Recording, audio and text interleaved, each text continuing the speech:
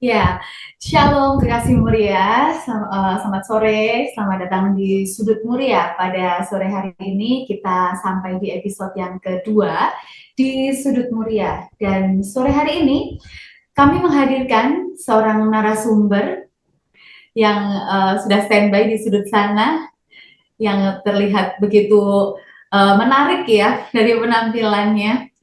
Beliau adalah Pendeta Rudianto. Beliau adalah seorang pendeta yang mengajar di STT Abdiel juga. Selamat sore Pak Rudianto. Selamat sore, Bu Lucy. Iya, sore ini saya terus terang baru pernah ketemu sama Bapak secara langsung kayak gini, walaupun masih melalui Zoom. Jadi tadi saya juga agak terpana juga. Sebelumnya saya melihat dari profil Bapak itu memang beberapa fotonya menggunakan peci gitu ya. Jadi saya juga ngelihat langsung tadi barusan agak, oh memang Pak Rudianto memang mungkin penganut paham pluralisme gitu ya. Iya, gimana Pak kabarnya sore ini? Wah, puji Tuhan, sangat baik ya. Di tengah kesibukan ya Pak? Iya, tadi baru pulang dari Semarang setelah kemarin dari Kudus, Iya. apa namanya, ikut mewawancarai adik-adik kita, para calon mahasiswa teologi asal GKMI. Nah, ada 5 calon Oh, dan semuanya penuh semangat, punya kerinduan untuk melayani Tuhan, untuk sekolah, untuk dididik di sekolah-sekolah teologi. Kemarin di Kudus, di GKMI Kudus. luar biasa banget ya Pak. Kalau lihat kayak gitu rasanya jadi ikut semangat gitu ya. Ya, betul sekali. Ya, sore hari ini kita akan membahas mengenai Mennonite gitu Pak ya. Jadi walaupun kita sudah bergereja di gereja yang menganut paham Mennonite, tapi terkadang sebagai jemaat masih nggak ngerti gitu ya sebetulnya Mennonite itu gimana, kemudian bagaimana sejarahnya, dan bagaimana kok bisa GKMI juga masuk di dalam Mennonite itu gitu. Mungkin Bapak bisa jelaskan gitu ya dari awal bagaimana mungkin sejarahnya sampai akhirnya nanti GKMI bisa tergabung di dalam Mennonite itu sendiri. Iya, ini suatu pertanyaan yang sangat penting, yang jawabannya sebetulnya tidak begitu sederhana, tapi semoga bisa kita sederhanakan ya. Jadi kekristenan Mennonite itu sebagai salah satu uh, varian dalam reformasi gereja masuk ke Indonesia itu sudah sejak awal abad 19. Ini dia nih. Jadi sebetulnya bukan sesuatu yang baru-baru amat Mennonite itu masuk Indonesia. Itu sudah sejak tahun 1833 ini. Memang daerah misi atau sending yang dilayani itu di Sumatera Utara, yang nanti akan menjadi gereja Kristen Batak Angkola, gereja Protestan Angkola di Sumatera Utara. Yang memang nanti gereja Protestan Angkola ini karena ditinggalkan oleh para sending Mennonite akhirnya bergabung dengan gereja Lutheran HKBP. Tapi jelas sejarah menunjukkan kekristenan Mennonite masuk Indonesia itu sudah sejak 1830-an. Itu satu. Yang kedua, kekristenan Mennonite masuk ke Indonesia itu, khususnya Jawa, itu lewat pelayanan utusan misi Mennonite Belanda, yaitu Bapak Peter Jans. Ini Bapak Peter Jans ya, yang nanti lewat kerja-kerja beliau yang luar biasa ya, di samping pemberitaan Injil, penerjemahan Alkitab, upaya menerjemahkan Alkitab ke dalam bahasa Melayu, itu nanti memunculkan atau melahirkan GITJ. Nah ini nih GITJ, Gereja Injili di Tanah Jawa. Nah, lalu nanti GKMI sendiri lahir itu boleh dikata ini secara independen ya, bukan hasil pekerjaan sending atau misi, bukan. Ya. Tapi memang dari pengalaman spiritual, pengalaman rohani dari orang yang kelak menjadi pendirinya, yaitu Bapak Tesimtat, seperti itu, yang dilayani oleh orang bala keselamatan, orang Advent hari ke-7, sampai akhirnya beliau sendiri setelah menerima Tuhan Yesus ingin belajar firman Tuhan secara lebih mendalam dan teratur bersama dengan sanak saudara dan keluarganya, itu minta bantuan pada sending Mennonite yang berkedudukan di kayu apu. Nah ini sending Mennonite yang berkedudukan di kayu apu yang kaitannya dengan GITJ, itu dia. Nah ini menarik. Jadi berdirinya atau berdirinya GKMI itu mula-mula memang tanpa atau bukan merupakan hasil pekerjaan misi atau sending luar negeri, itu dari para petobat ya, yang kemudian nanti kepengen belajar firman Tuhan, maka minta bantuannya kepada sending Mennonite di kayu apu yang bertanggung jawab atas gereja-gereja Injili di Tanah Jawa. Nah kurang lebih begitu Bu, secara singkat ya, lahirnya atau masuknya kekristenan Mennonite di Indonesia. Jadi apa namanya, dari tadi kita dengarkan itu di Jawa itu, di daerah Jawa Tengah ini malah justru menjadi salah satu titik awal ya Pak ya untuk apa namanya, tersebarnya gereja dengan basic Mennonite ya. Iya, iya betul sekali. Betul, dan memang yang berkembang dengan pesat di tanah Jawa ini, khususnya memang Jawa Tengah Utara, dengan keberadaan GITJ dan kemudian dengan berkembangnya GKMI. Iya. Dan pada akhirnya GKMI sekarang juga masuk gitu ya di Mennonite, dan akhirnya juga berkembang dengan luar biasa di sana gitu Pak ya. Iya betul sekali Bu. Dan kemudian Pak, kalau misalnya kita melihat lagi, kalau tadi kita sudah bergabung di Mennonite itu tadi, GKMI-nya, jadi kita perlu mengetahui kenapa bisa bergabung ke sana. Pasti ada nilai-nilai positif, nilai-nilai baiknya yang ada di sana. Nah, sebetulnya kalau kita pengen tahu nih Pak, nilai-nilai Mennonite yang baik itu, yang dimiliki oleh Mennonite yang baik sehingga akhirnya GKMI masuk ke sana, itu apa, dan kemudian sebagai jemaat kita mesti menyadur yang seperti apa nilai-nilai dari Mennonite itu? Iya, awal mulanya memang awal mulanya itu adalah kerinduan dari pendiri GKMI sendiri, yaitu Bapak Tesimtat, untuk belajar firman Tuhan setelah ia menerima Yesus Kristus sebagai Tuhan dan Juru Selamatnya. Ada kerinduan, itu kan. Nah, tetapi Pak Tesimtat ini seorang yang bukan hanya memiliki kerinduan, tetapi seorang yang berpikir kritis, itu. Jadi ketika beliau misalnya berbincang dengan hamba Tuhan dari kalangan bala keselamatan, loh kok baptisannya pakai bendera? Padahal Alkitab kok nggak mengajarkan seperti itu. Wah ini kan dia berarti berani berpikir kritis nih, tidak hanya sekedar ikut saja apa kata hamba Tuhan atau orang yang lebih dulu jadi Kristen sebelum beliau. Lalu dalam pergaulan dengan rekan-rekan dari gereja Advent hari ke-7, kenapa kok bukan hari Minggu tapi hari Sabat? Itu mereka masih melaksanakan hari Sabat seperti dalam perjanjian lama misalnya. Nah, kemudian mencoba menjalin hubungan juga dengan sending Salatiga. Nah, sending Salatiga ini sending Calvinis atau sending Reform yang berasal dari Basel.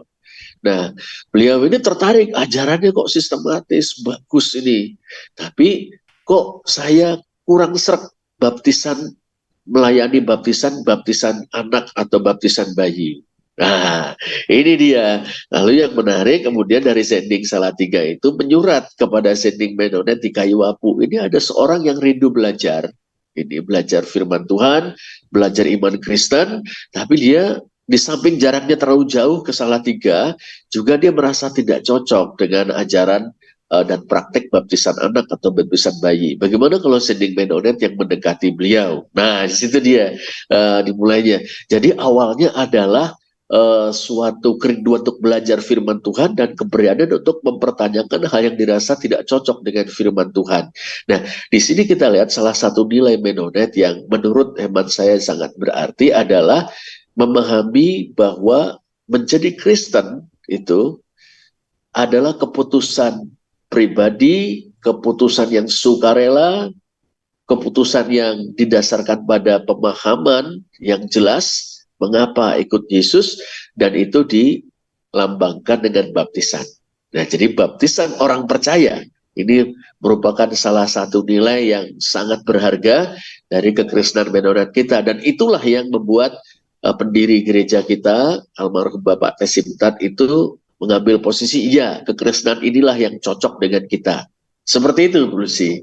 Ya, jadi memang apa namanya, kalau tadi dari penjelasan Bapak, ada satu poin mungkin yang di sini Kekasih Mulia juga mungkin perlu ketahui ya. Jadi di dalam paham Mennonite ini, kita tidak menganut paham untuk membaptis anak-anak gitu Pak ya, tapi kita membaptis orang yang memang sudah percaya, yang sudah dewasa, yang dimana mereka memang sudah bisa mengerti dan yakin dengan imannya gitu Pak ya.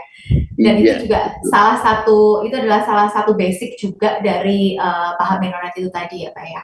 Betul sekali, iya betul. Iya, karena mungkin udah lama bergereja gitu ya di GKMI, tahu nih Mennonite, tapi terkadang memang kita masih belum terlalu paham ya. Jadi harapannya di sini kita bisa benar-benar kembali lagi memahami lebih lanjut bagi yang udah tahu. Kalau yang belum tahu, jadinya kita ternyata seperti ini gitu Pak. Dan betul. Kemudian kalau dilihat tadi kita berbicara ada beberapa paham-paham gitu ya, atau mungkin kita bisa sebut aliran kayak gitu ya, teman-temannya dari Mennonite itu tadi. Sebetulnya kalau dilihat dari yang lainnya juga, pasti Mennonite itu punya satu nilai positif atau nilai plus yang mencolok, atau yang memang benar-benar bisa membedakan dengan paham-paham yang lain. Apa mungkin Bapak bisa jelaskan supaya kita bisa lebih paham dan lebih yakin gitu ya Pak, kalau apa yang selama ini kita ikuti itu adalah memang yang benar gitu. Iya, ini menarik sekali. Sebetulnya semua mazhab atau semua aliran dalam keluarga besar Kristen itu menyatakan Yesus Kristus sebagai pusat. Jadi kalau kita membayangkan kekristenan itu sebagai sebuah keluarga besar, ya, itu ada rumpun keluarganya. Ada rumpun Katolik, ada rumpun namanya itu Eastern Orthodox, Ortodoks Timur, Yunani, Rusia, Ukraina. Ada juga rumpun Ortodoks dalam arti Oriental, ya, Oriental Ortodoks. Ada rumpun gereja Assyria Timur. Nah, kita ini bagian dari rumpun gereja Barat, gereja Katolik. Gereja Katolik, kemudian reformasi, kita bagian dari gerakan reformasi. Nah, semuanya ini menyatakan Yesus Kristus sebagai pusat. Tapi apa keunikan kita orang Anabaptis atau Mennonite dalam menyatakan Yesus Kristus sebagai pusat? Kita melihat Yesus Kristus itu penting bukan hanya, bukan hanya kematian dan kebangkitannya, tapi juga hidup dan pelayanannya. Nah, ini dia. Nah, jadi semua gereja, tentu saja Yesus Kristus adalah pusat. Tapi yang diutamakan adalah peristiwa salib, kematian dan kebangkitan Tuhan Yesus. Dan kita juga mengimani itu. Tapi sentuhan khas Mennonite-nya adalah hidup dan pelayanan Yesus. Ajaran Yesus itu sangat berarti buat kita, sehingga kita bukan hanya percaya kepada Yesus yang tersalib dan bangkit dari antara orang mati sebagai Tuhan dan Juru Selamat kita, tapi juga Yesus yang ajarannya kita gugu, kita perhatikan, dan teladannya kita tiru. Nah, ini dia yang boleh dikata kekhasan dari kekristenan Mennonite. Dan kalau kita misalnya diidentifikasi sebagai Peace Church, gereja damai atau gereja perdamaian, sebetulnya karena kita melihat sosok Yesus itu yang bukan hanya penting kematian dan kebangkitannya, tapi juga hidup pelayanan dan ajarannya. Seperti itu, Lucy. Oh, oke. Jadi menarik sekali ya, di situ kita bisa mengerti bahwa ternyata selama ini kita begitu menganggap penting gitu ya kematian dan kebangkitan Tuhan Yesus, tetapi kadang kita lupa untuk melihat Iya, lebih dalam bagaimana hidupnya dan juga pelayanannya. betul itu, Bu. Iya. Nah, kalau tadi kita sudah mengerti nilai-nilai Mennonite yang baik, kemudian iya, yang mesti harus dimiliki oleh jemaat di GKMI khususnya, nggak ada salahnya kalau misalnya sekarang kita juga harus mengerti bagaimana sih asas kepercayaan gitu ya yang dimiliki oleh Mennonite dan kemudian dihubungkan dengan asas kepercayaan dari GKMI sendiri. Iya, iya. Ini sangat menarik. Nah, kalau kita berbicara tentang asas kepercayaan Mennonite, ini harus kita akui bahwa kita orang Mennonite itu atau para leluhur rohani kita, orang-orang Mennonite yang telah mendahului kita, itu memang tidak menyibukkan dengan upaya berteologi yang mendalam atau berteologi yang kompleks atau rumit. Kita itu memandang hidup Kristen sebagai following Jesus, mengikut Yesus. Nah, mengikut Yesus inilah mengikut Yesus inilah menjadi cara kita mendefinisikan apa itu Kristen. Menjadi Kristen berarti menjadi pengikut Yesus Kristus, gitu. Nah, kalau begitu, apa saja yang kita kemukakan sebagai ekspresi dari mengikut Yesus itu? Nah, yang pertama, ya kita itu percaya dan menerima Alkitab sebagai firman Allah. Ini berarti mirip nih dengan yang lain ya. Alkitab, Perjanjian Lama, Perjanjian Baru sebagai firman Allah. Ini yang pertama. Tapi kita melihat Perjanjian Baru khususnya hidup, pelayanan dan ajaran Yesus serta kematian dan kebangkitannya sebagai kacamata kita dalam memahami Perjanjian Lama. Nah, ini mungkin sentuhan yang agak berbeda nih ya dari orang Mennonite nih. Jadi memang Alkitab itu firman Allah, PL dan PP. Tapi kita menemukan teks-teks kekerasan, ayat-ayat kekerasan, cerita-cerita kekerasan di dalam Perjanjian Lama. Gimana kita menanggapinya? Dengan memaknai itu dalam terang Yesus Kristus, hidup, ajaran, pelayanan, serta kematian dan kebangkitannya. Nah, di samping itu, dalam sejarahnya, orang Mennonite itu gandrung sekali dengan Alkitab, Bu. Punya kelompok-kelompok untuk belajar Alkitab. Kadang-kadang di situ ada sarjana teologinya. Kadang-kadang tidak ada sarjana teologinya, tidak ada pendetanya. Tapi ya tetap ini belajar Alkitab bersama. Nanti pertemuan yang akan datang, kita akan baca dari Markus 1 misalnya ayat 1 sampai 11. Lalu ketika bertemu masing-masing membagikan apa yang sudah dibaca dan direnungkan tentang pasal tersebut. Misalnya seperti itu. Nah, ini yang pertama ya, firman Allah ini.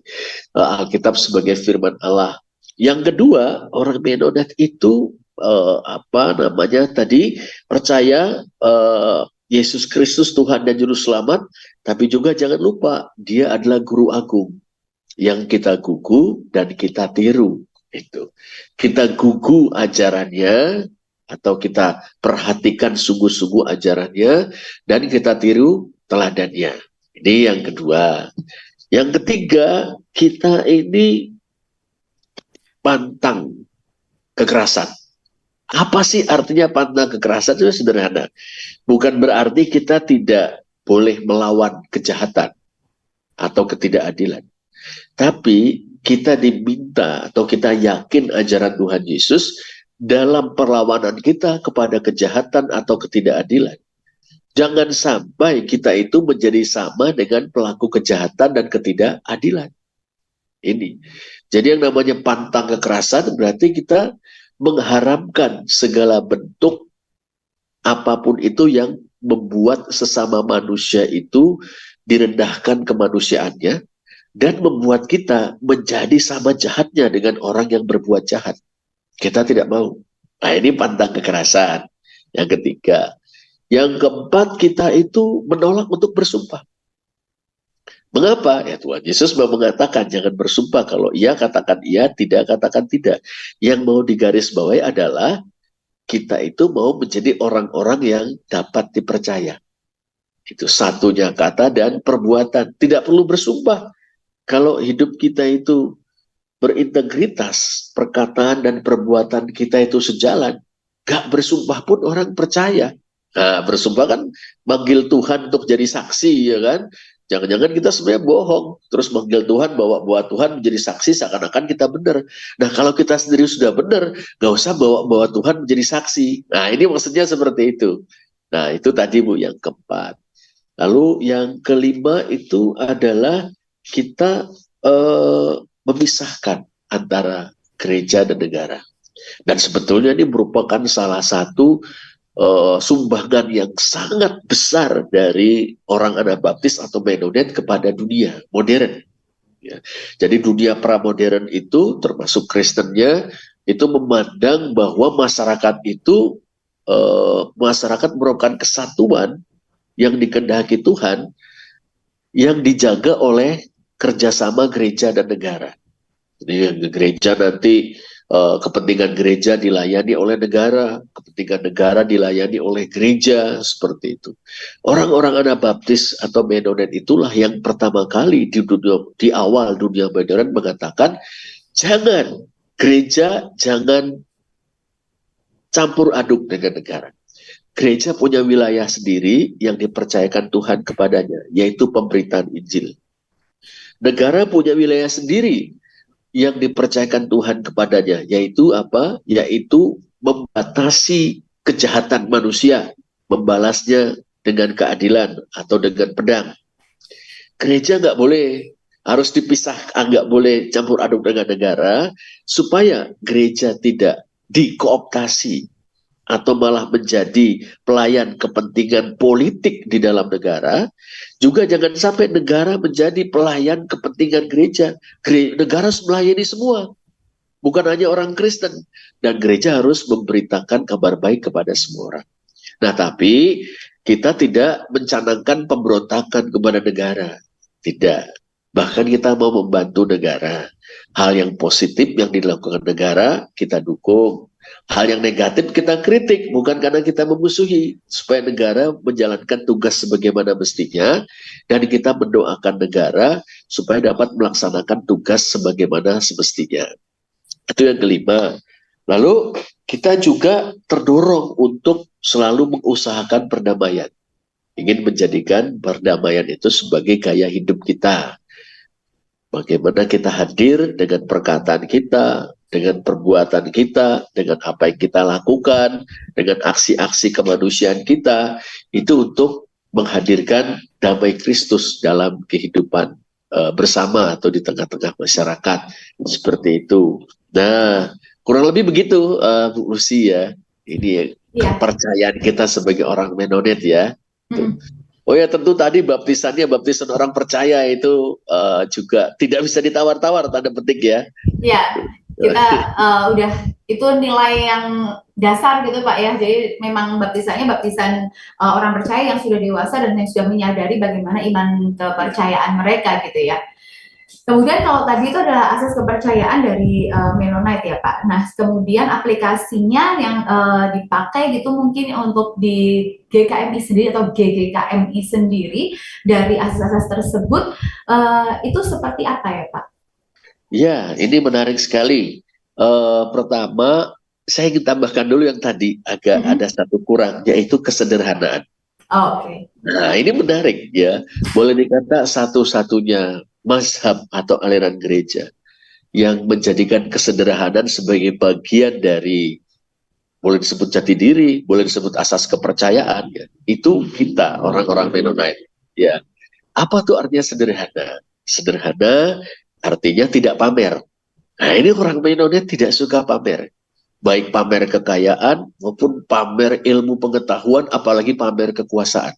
Ini orang Mennonite di mana-mana Seperti itu.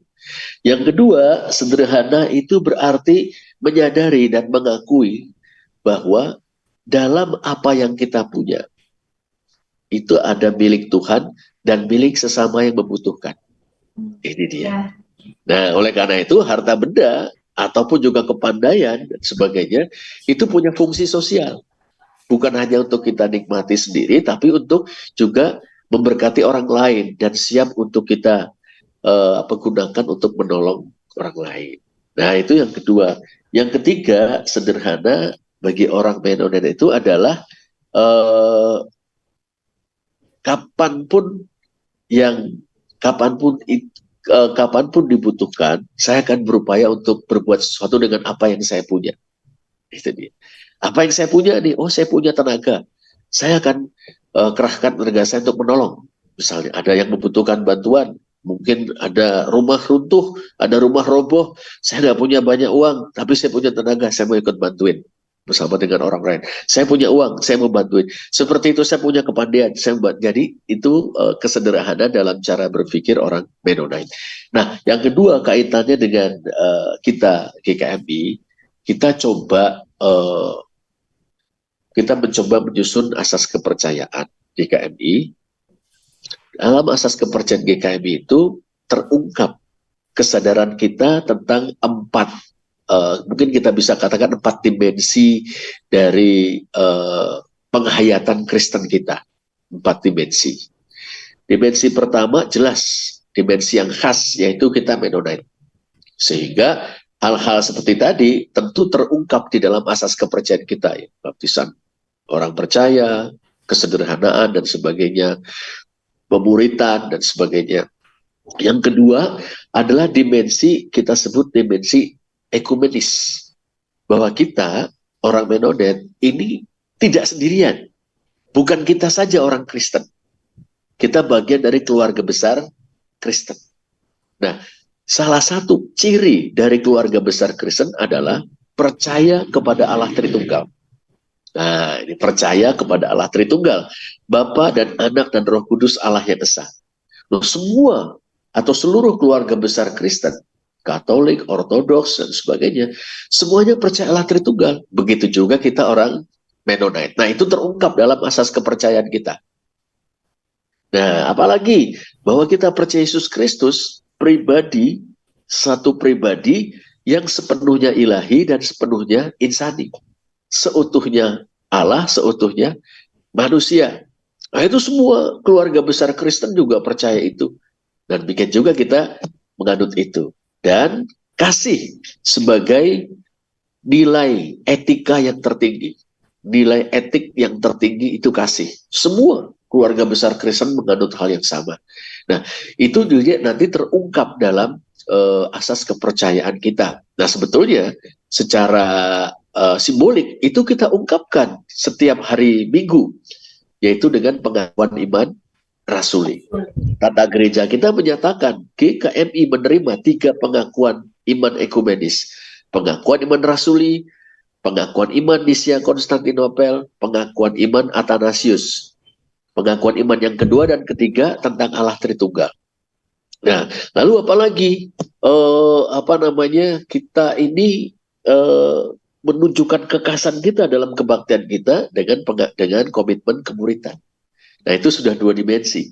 Dimensi yang ketiga adalah kita ini berutang pada reformasi Protestan, yaitu ajaran tentang anugerah, Alkitab sebagai firman Allah, sebagai tolok ukur iman dan perbuatan, dan satu lagi imamat orang percaya, bahwa setiap orang percaya adalah pelayan-pelayan Tuhan, bukan hanya pendeta yang merupakan pelayan Tuhan. Tiap-tiap kita ini pelayan Tuhan. Ya, makanya kita berkewajiban dengan karunia-karunia Allah untuk ikut membangun gereja sebagai tubuh Kristus. Nah, itu dimensi ketiga. Dimensi keempatnya adalah dimensi kontekstual keindonesiaan. Kita ini orang Kristen Indonesia. Bukan hanya Christians in Indonesia, tapi Indonesian Christians. Maka kita ikut bergumul dengan pergumulan bangsa kita. Tentang kemiskinan yang parah, tentang diskriminasi, tentang penderitaan, demikian juga tentang kerusakan alam yang semakin mengkhawatirkan. Nah, di asas-asas kepercayaan yang nanti dalam izin Tuhan bisa kita sahkan dalam sidang raya, itu hal-hal semacam itu terungkap. Ya, jadi bagaimana tulang punggungnya tetap asas Mennonite, tetapi dengan perhatikan dimensi-dimensi dari hidup kita, dari kekristenan kita, ekumenis, Protestan, dan kontekstual Indonesia. Kurang lebih begitu, Bu Lucy. Iya, kalau tadi mendengar dari penjelasan Pak Wianto, kayaknya itu sesuatu yang ya ada simpelnya, tapi luar biasa luas gitu Pak ya. Tapi kalau misalnya kita sebagai pelaku nih, maksudnya kita adalah jemaat GKMI, juga bagian dari Mennonite itu sendiri, untuk sebenarnya pengen juga kan ikut mewujud nyatakan apa yang sudah menjadi asas kepercayaan Mennonite kemudian GKMI gitu ya. Tadi yang menarik adalah yang tadi tambahan dari Bapak itu tadi dari asas dari kesederhanaan, kemudian dari asas kepercayaan GKMI tadi itu juga kita harus sepenuhnya bisa melayani dengan apa yang kita punya dan lain-lain. Itu sebetulnya hal yang kedengarannya begitu kayak sederhana, tapi dalam prakteknya itu sepertinya sulit sekali ya Pak ya, karena kita masih manusia yang ya manusia biasa gitu Pak ya.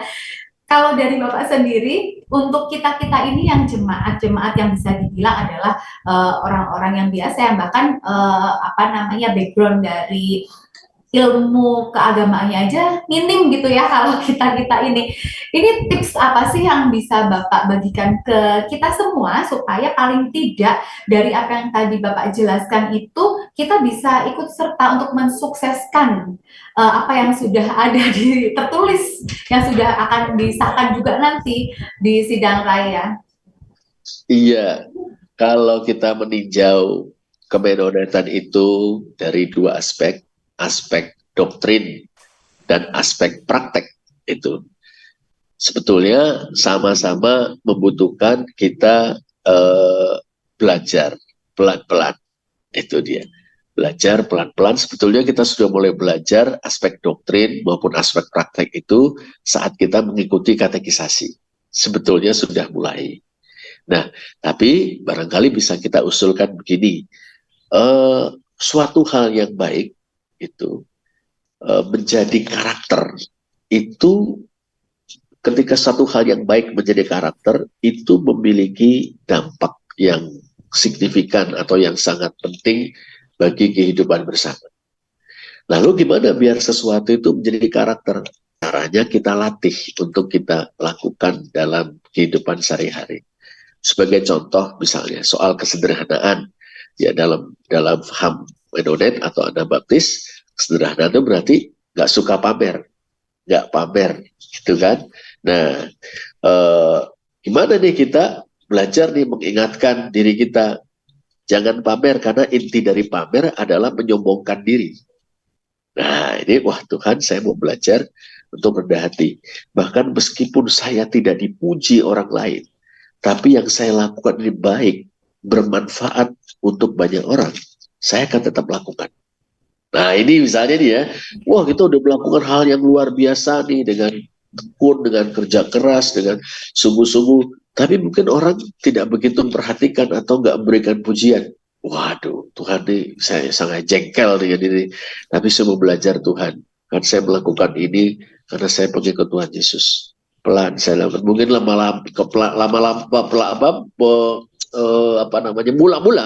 mula-mula rasanya kok gak enak banget gitu, Pak, ya. Melakukan sesuatu yang baik gak ada pujian, sesuatu yang berharga gak ada pujian. Nah, ini kita tetap melakukannya, lama kelamaan menjadi suatu karakter. Dipuji gak masalah, gak menjadi sombong, gak dipuji juga santai saja. Nah, itu bisa. Nah, yang kedua, melihat bahwa yang ada pada kita itu sebetulnya milik Tuhan dan ada bagian orang lain. Itu. Nah, ini kan Tuhan, misalnya kita setiap kali dapat gaji ya, Tuhan gaji saya sekian, ini milikmu dan ada bagian orang lain yang membutuhkan. Nah, ini dia. Sehingga apa nih? Kalau gitu, oke, yang bagian Tuhan ini persepuluhan, oke deh, persepuluhan. Nah, terus bagian orang lain, bagaimana kalau saya mulai belajar punya pos dari pendapat saya itu saya sisihkan untuk menolong orang lain ketika ada kebutuhan. Misalnya seperti itu. Awal-awalnya pasti sulit itu, Bu. Itu. Apalagi zaman sekarang kebutuhan kita juga banyak ya. Ya, betul. Apalagi kalau sekarang ini kita kan hidupnya di zaman sosial media dan flexing gitu Pak ya. Iya, iya. Nah, zaman pamer flexing, Iya, flexing gitu. jadi memang tantangannya besar ya di zaman-zaman ini dengan adanya sosial media, terus kemudian adanya yaitu apa yang budaya flexing itu tadi. Kemudian juga kalau tadi dibilang apa yang kita miliki itu adalah sebagian punya Tuhan dan punya sesama, itu kalau didengar kayaknya hal yang simpel, tapi sebetulnya saat kita pegang, saat kita udah dapet itu ya terus kenceng ya Pak megangnya, kadang-kadang jadi lupa itu. Iya, betul, Bu. Nah, emang mesti dilatih nih, Bu. Pelan awalnya pasti sulit, awalnya Berat sulit. Pak ya. Tapi ketika sulit kita sadar ini sulit karena justru sangat berharga, makanya sulit. Kalau ini gampang berarti nggak begitu bernilai. Kan gitu. Oke, iya bener banget Pak. Nah itu sulit sekali memang. Kalau kedengarannya aja kayaknya kayak mudah ya Pak. Semoga nanti bisa kita sama-sama belajar lah ya supaya nanti kita bisa menerapkan itu semua. Nah dari tadi semuanya itu yang kita sudah dengarkan, saya juga ingin kemudian mengetahui bagaimana sih mengintegrasikan karakteristik Menonet GKMI itu sendiri. Mengintegrasikan karakteristik GKMI itu sendiri. Kalau mengintegrasikan artinya itu menyatukannya supaya menjadi utuh dan nyata dalam kehidupan. Memang menurut saya salah satu tugas besar gereja-gereja kita adalah dengan suatu kesengajaan dan keterarahan menjadikan itu sebagai program. Ini dia.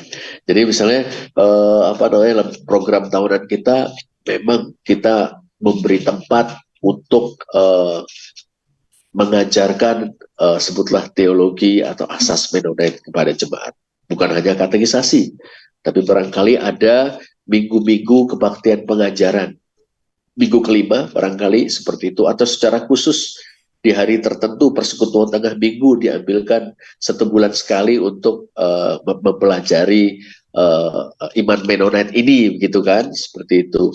Lalu terkait juga misalnya dengan pengajaran untuk anak-anak sekolah minggu dan remaja kita. Nah ini memang menjadi suatu pergumulan yang serius karena sebetulnya sinode kita pernah menerbitkan seri buku pengajaran sekolah minggu dan remaja itu dalam kurun waktu 10 tahun yang lalu, tetapi sayangnya memang belum dipakai secara luas oleh gereja-gereja kita.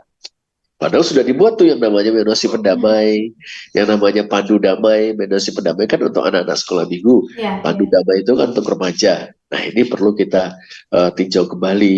Wah kita perlu nampaknya ini ya menanamkan iman Mennonite itu dari sejak dini, sejak kecil seperti itu kepada anak-anak atau adik-adik kita atau generasi yang akan meneruskan kita seperti itu. Yang ketiga adalah mengadakan secara terprogram proyek-proyek kemanusiaan yang melaluinya kita menunjukkan nih Injil perdamaian itu ya. Selama ini saya kira gereja-gereja kita sudah coba melakukannya dan luar biasa. Mungkin Ibu juga ingat ya betapa di masa COVID apa yang dilakukan GKMI Jepara ya, memberikan bantuan berupa makan siang kalau nggak salah ya kepada warga sekitar ya seperti itu. Itu salah satu contoh baik. Nah, alangkah ini juga tantangan buat di gereja saya GKMI Jogja, saya kepala jemaat GKMI Jogja. Misalnya waktu Merapi, waktu tahun 2010 ada erupsi Merapi, bahwa kita bekerja sama dengan MDS, kita bikin posko di GKMI Jogja dan sebagainya. Tapi kiranya bukan hanya saat-saat bencana, ya, saat-saat yang kelihatannya normal, bagaimana pemberdayaan ekonomi, pelatihan-pelatihan secara praktis, gimana ya membawa damai dalam kehidupan sehari-hari. Itu cara-cara yang penting untuk mengkonkretkan kemenonetan kita dalam keseharian. Kurang lebih begitu, Bu Lucy. Iya, jadi luar biasa ya Pak. Kalau misalnya saya juga apa namanya bergabung gitu ya, bergabung di dalam GKMI itu belum lama, memang baru Oh, sekitar 12 tahun Pak. Jadi saya wah, sendiri cukup masih lama, Bu. tapi dengan waktu segitu lamanya itu belum mengetahui secara mendalam, dan dari obrolan kita di sore hari ini saya mendapatkan ilmu yang luar biasa juga, dan harapan saya untuk Kasih Mulia dimanapun berada juga bisa mengambil banyak sekali pelajaran yang sore hari ini sudah disampaikan oleh Pak Rudianto gitu ya. Akhirnya nanti kita juga bisa, setelah kita tahu bagaimana konsep dari Mennonite, kemudian bagaimana pengaplikasiannya, asas-asasnya, kemudian nilai-nilai positif, nilai-nilai kekristenan, dan bahkan bisa diaplikasikan dalam kehidupan sehari-hari, kita bisa semakin bertumbuh ke arah yang lebih baik lagi gitu Pak ya. Iya, betul sekali itu, Bu. Dan sepertinya tadi yang sudah disampaikan Pak Rudianto sudah cukup membuat kita lebih paham lagi mengenai Mennonite gitu Pak ya. Dan sekarang mungkin saya mau bertanya ini nih Pak, karena tadi yang tentang Mennonite mungkin kita sudah mendapatkan banyak sekali hal yang tadi kita tanyakan dan dijawab dengan luar biasa dengan Bapak. Kalau Bapak sendiri persiapan untuk sidang rayanya gimana Pak? Iya, pertama kan saya sebagai pendeta jemaat, gembala jemaat GKMI Yogyakarta, itu. Yang kedua sebagai ketua bidang teologi Sinode GKMI untuk periode 2019 sampai 2024 ini.